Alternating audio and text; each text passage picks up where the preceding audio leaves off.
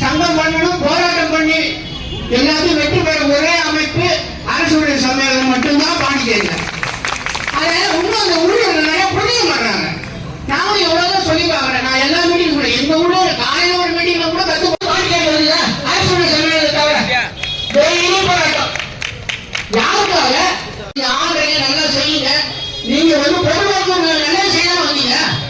ஊழியர்களை நாசமா போகணும்னா என்னது?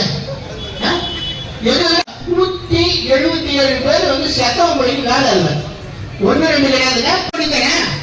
நீ கொடுக்காம சேர்த்து வச்சுட்டு இன்னைக்கு என்ன பண்ணிட்டேன்? நாங்க போய் சிஎம் வந்து நடையா நடந்து கேட்டதுக்கு அப்புறம் அவர் ரெக்கார்டு கொடுக்கணுமா? அவன் என்ன செஞ்சான்? வந்த ரெக்கார்டை வச்சுட்டு எலெக்ஷன் முன்னாடியே கூட அப்படின்னு நான் எதிர்பார்த்தேன் அப்படின்னு சொன்னா, நீ கொடுக்காம சேர்த்து வச்சுட்டு